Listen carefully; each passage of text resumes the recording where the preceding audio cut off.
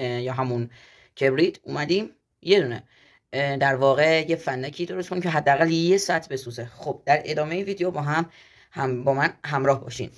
به خاطر اینکه داشت شارژ گوشیم تموم شد آوردم و گوشیمو زدم شارژ و ادامه ویدیو رو با هم ببینیم. خب ما گفتیم که این یه دونه چوب کبریت هستش که می‌خوایم به این صورت این رو به صورت عمودی قرار بدیم. خب من این رو قرار میدم و فیلمو قطع می‌کنم تا زیاد کوتاه نشه و یوتیوب قبول کنه تا بیاد و به دست شما عزیزان برسه.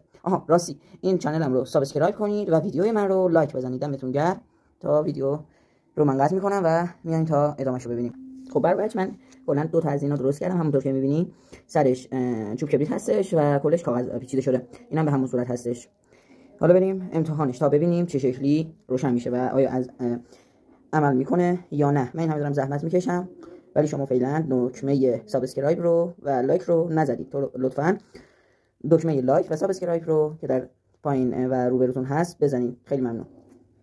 اینم از شعله ما که خیلی نورش زیاده، خیلی میسوزه، فقط به خاطر اینکه یکم زیاد چسب زدیم به زودی خاموش میشه.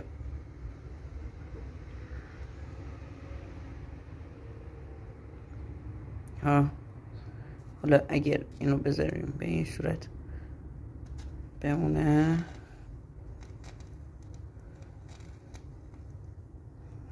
یه قبریرم هم بذاریم.